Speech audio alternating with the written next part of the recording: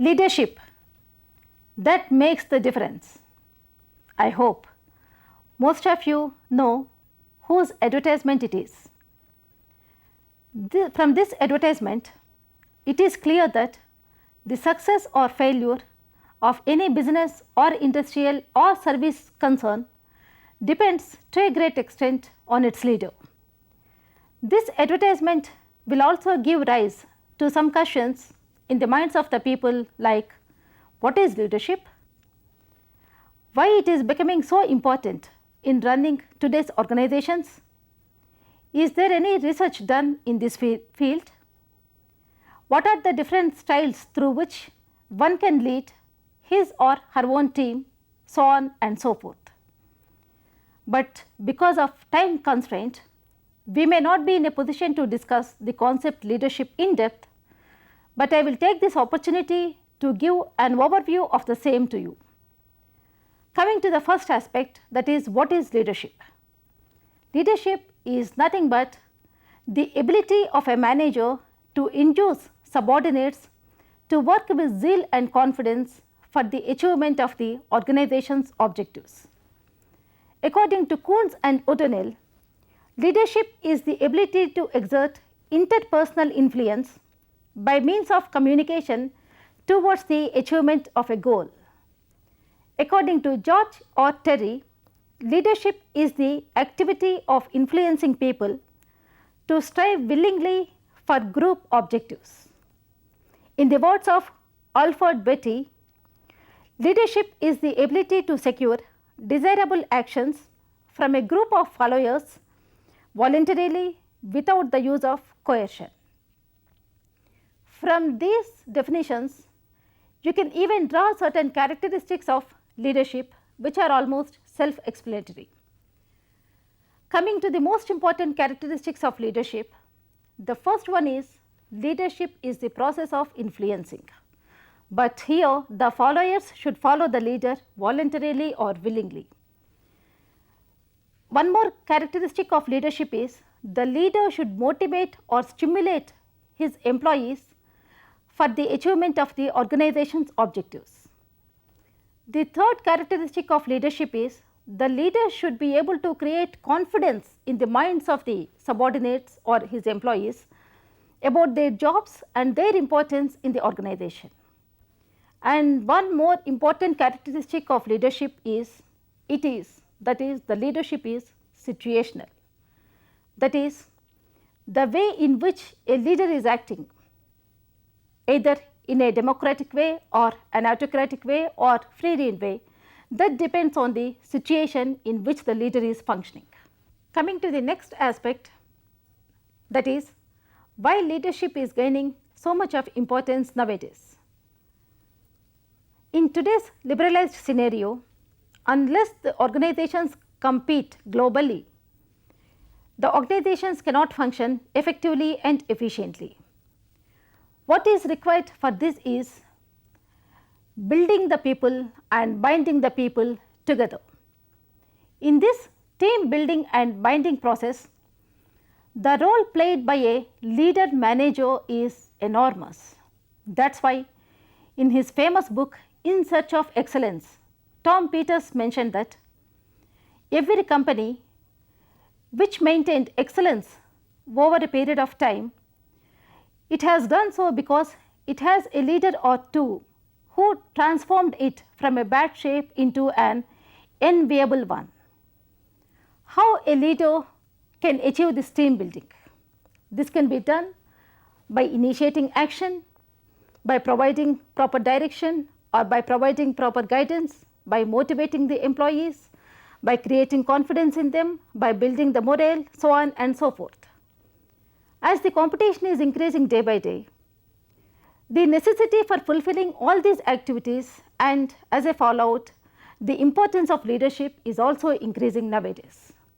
Here you may get a doubt whether the leadership and the managership are one and the same. The answer is no. Leading a team is only one of the functions of a manager. That is why we can say that all managers are leaders, but all leaders are not managers. Now let us see various theories that are propounded on leadership. Starting from Chanakya, the great Indian philosopher, economist and strategist of 4th century BC, and Plato, another great Greek philosopher of 5th century BC, lots and lots of research work has been done in this area. According to James Burns, during the past 85 years alone, nearly some 3,000 books and articles were published on leadership and dozens of theories were developed. But again, because of time constraint, we can't discuss all the theories. So let me explain you the most important theories on leadership. These theories of leadership, they are broadly classified into 4 categories. Number 1 is the great man theory of leadership. The second one is trait theory of leadership. The third category is behavioral theories. And the fourth one is situational theories of leadership. Coming to the first theory, that is the great man theory of leadership. This theory became very popular from the time of ancient Greeks. As per this theory, leaders are born and not made. According to the supporters of this theory, a leader should have certain qualities like intelligence, decisiveness, action orientation, charisma, vision, booming voice, etc., etc. And according to them, all these qualities should be possessed by a leader by birth, and these qualities cannot be acquired during the course of time. Plato believed that leadership is hereditary. But from your own experience, you can see some of the persons whom we accepted as leaders, they acquired all these qualities not by birth, but during the course of time by learning and by undergoing training. Chanakya, by his experiment, proved that leadership could be inculcated. Here, I even recall one proverb, that is, some are born great, some acquire greatness, and on some greatness is thrust upon. The second theory of leadership is trait theory. Like great man theory, this theory also stressed on the qualities or characteristics of a leader.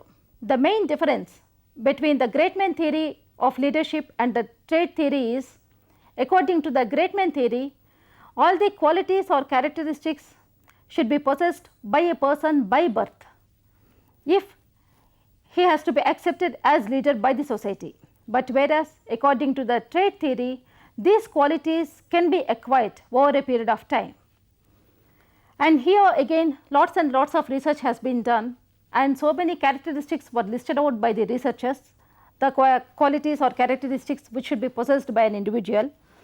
Some of these characteristics are adaptable to situations, alert to the environment, ambitious and achievement oriented, assertive, cooperative, decisive, dependable, dominant, energetic, persistent, self-confident, tolerance of stress, and willingness to assume responsibility. And above all these things, a leader should have vision, creativity, ability to manage human resources in a most efficient way, urge to achieve something new, so on and so forth. But the main limitation of this trait theory is there is no proper yardstick to measure the qualities of a person. And even from one's experience, one can see there are individuals who does not possess all these qualities, but whom the society accepted as leaders. The common limitation of both these theories, that is the great man theory and the trait theory, is they just concentrated on listing out the qualities or the characteristics to be possessed by an individual or by a leader, but they have not touched actually how the leaders are behaving. And from 1940s, the researchers concentrated on this particular area, and as a result of which the behavioral theories they have developed. These behavioral theories, they particularly concentrated on studying how the leaders are behaving to improve the performance of the groups. Of course, there are again so many behavioral theories, but let us discuss the most important behavioral theories. The two early behavioral theories are conducted by Michigan University and Ohio State University. Coming to the first one, that is the Michigan Studies, under the direction of Rensis Lycott, the University of Michigan conducted various studies and they identified two different types of behaviors of leaders.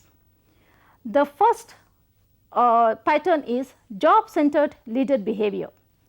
Here, the leader supervises the work of his subordinates very closely. He explains the work procedures, and here the leader have more concern for the completion of the job. And the second pattern of a leader is employee-centered. And here, a leader emphasizes on delegation of authority and responsibility, maintaining good relations with his subordinates, having mutual trust, confidence, and here a leader is more concerned about the well-being of the employees or his followers or his subordinates. And coming to the next one, that is Ohio State Studies. The studies conducted by Ohio State Studies also identified two different patterns of behavior of leaders. The first one is initiating structure. It is almost similar to the job-centered behavior which we discussed just now while discussing the Michigan University studies. Here the leader defines the relationship between the leader and employees clearly, the communication channels are clear, the methods, the procedures, the rules, regulations, everything are also clear. The second pattern is consideration leader behavior, and it is similar to employee centered behavior. In this case, the leader will establish mutual trust, confidence and friendship with his followers. But here, unlike the Michigan universities, in the case of this Ohio State Studies, both these patterns, that is initiating structure and consideration, are mutually exclusive. That is, if the leader is efficient, he can adopt both these patterns at a time simultaneously. Now coming to the third theory relating to these behavioral patterns, this is a continuum developed by Tannenbaum and Schmidt. By elaborating the studies of Michigan University and Ohio State University, Tannenbaum and Schmidt, they developed a continuum. As per this continuum, a leader can behave in 7 different ways. Please, you can look at the chart. From this chart, you can see this continuum very clearly. The manager, according to the first behavior pattern, the manager makes the decision and announces it.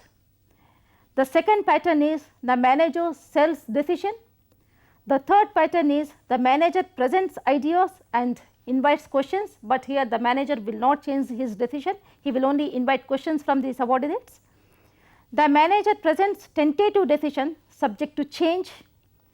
The manager presents problem, gets suggestions, and then the manager himself will make the decision.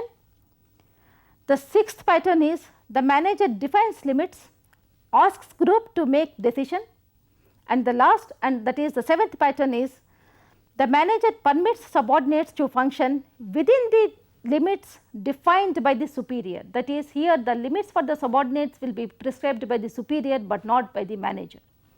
And as it can be observed from the chart which you are watching now, the area of freedom for subordinate will increase when you are moving from left to the right of the continuum. Now coming to the next theory, that is managerial grit.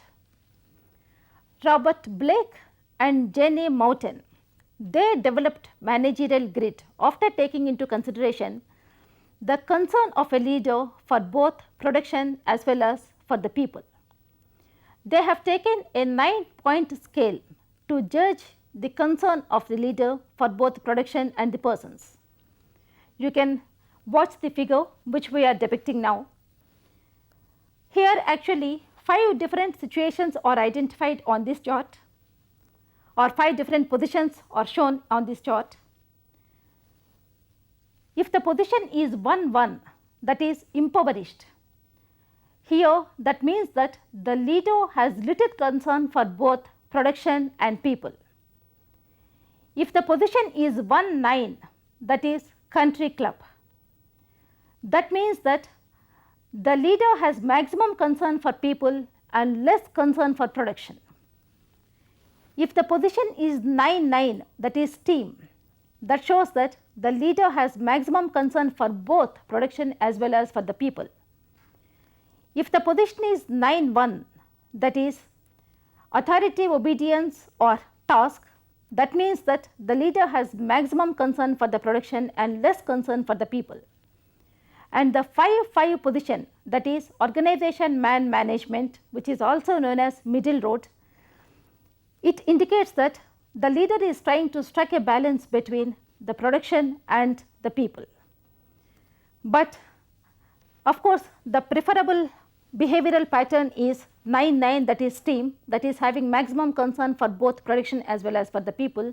But in actual practice, following this particular pattern every time is almost impossible. So, the leader must try to strike a balance between these two, and that is he might have settled at 5-5 or 6-4 or 4-6 or 8-2 or 7-3, any position which is convenient for him. But of course, the most important criticism of all these behavioral theories is they just concentrated on studying how the leader is behaving, but they have not taken into consideration different situations in which the leaders are behaving. That is, the situational factors have not taken into consideration while analyzing the behavioral patterns of the leaders. This gap is filled by situational theories. So, now let us discuss the situational theories, the fourth category of the leadership theories. During 60s, a number of researchers, management experts and psychology experts and organization behavior experts, they started studying different situations in which the leaders are behaving in a different way. Coming to the most important theories, the situational theories, there are three important situational theories. Number one is Fiedler's contingency model. Fiedler here identified three different situations. The first one is task structure, that is, it is similar to the job oriented behavior which we already discussed. That is, here the leader will give maximum concern, will have maximum concern for the production.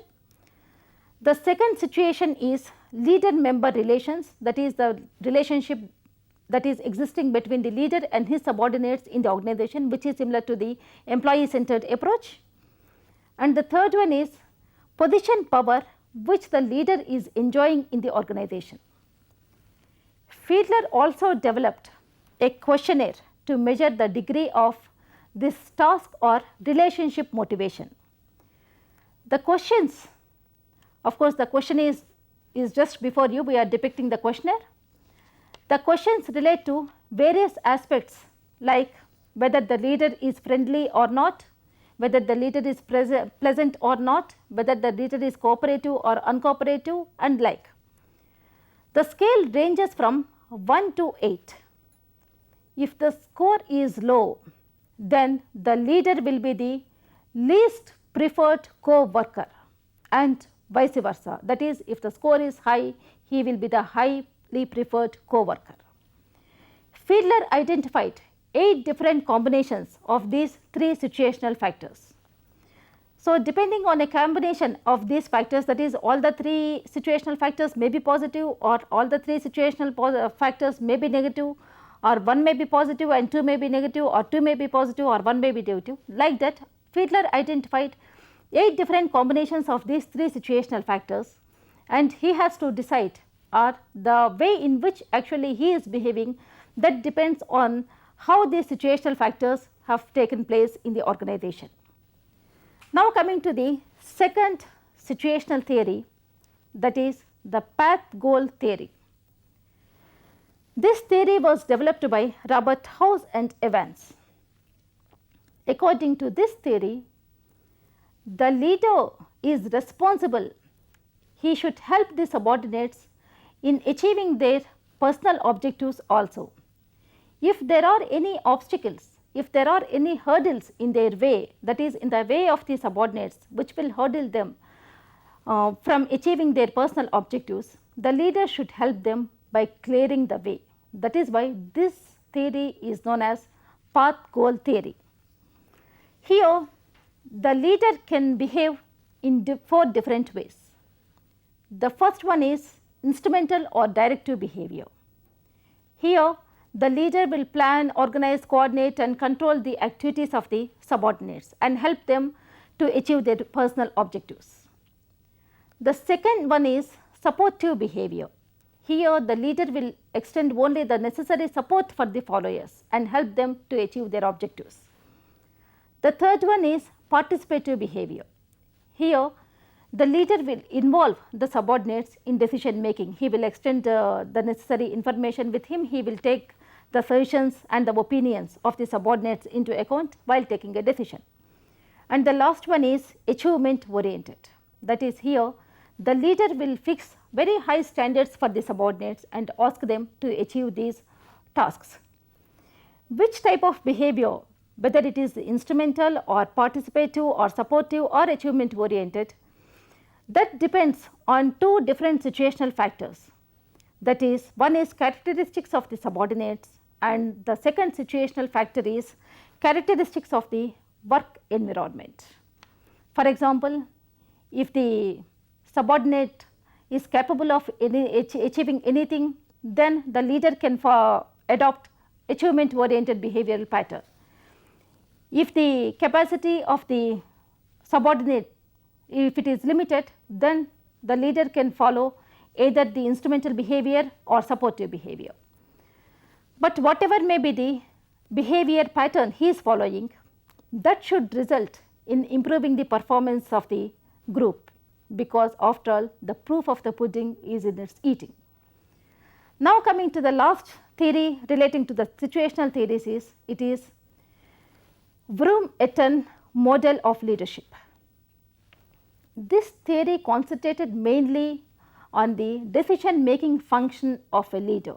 That is, here Victor BRAOU and Philip Eaton, they mainly analyzed how a leader is taking a decision.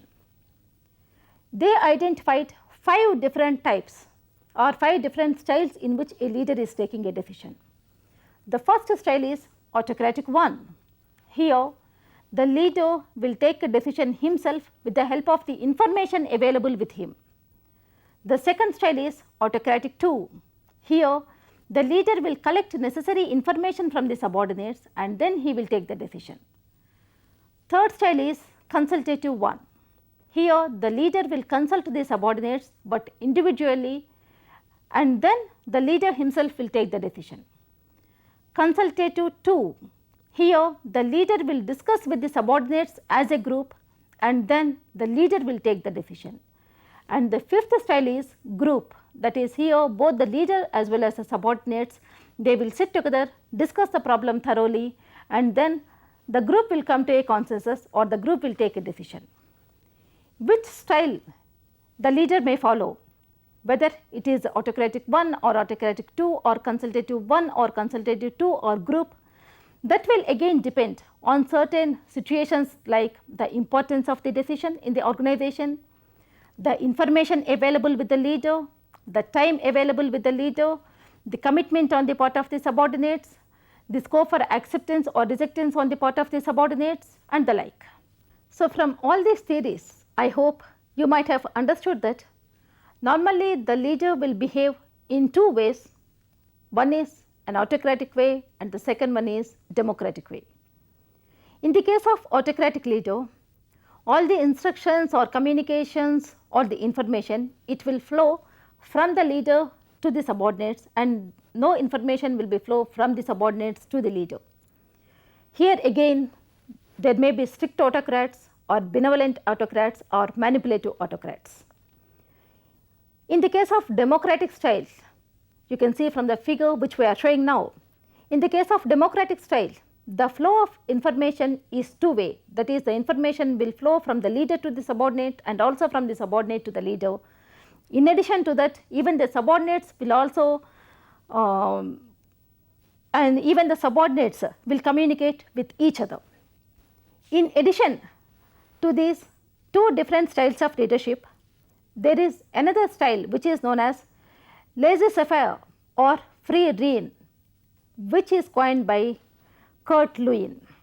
According to this style of leadership, the leader will not give any type of instructions or communication or information to the subordinates, and the subordinates are free to work whatever they wanted to do, they can do it. So, from this discussion, it is clear that a leader can act either in an autocratic way or democratic way or in a free rein way. But a leader cannot act, as I mentioned earlier, a leader need not and cannot act in a compartmentalized way or in a rigid way every time as an autocratic or a democratic or a free rein leader. That depends on the circumstances in which the leader is functioning. That is why I would like to conclude this session by saying that leadership is situational. మా కార్యక్రమాలపై మీ సూచనలు, సలహాలు, అభిప్రాయాలు మాకు తెలియజేయండి. మీ సూచనలు, సలహాలు, అభిప్రాయాలు మాకు తెలియజేయవలసిన చిరునామా: director, audio visual production and research centre, doctor B R Ambedkar open university, professor G Ramareddy Marg, road number 46, Jubilee Hills, Hyderabad 500033.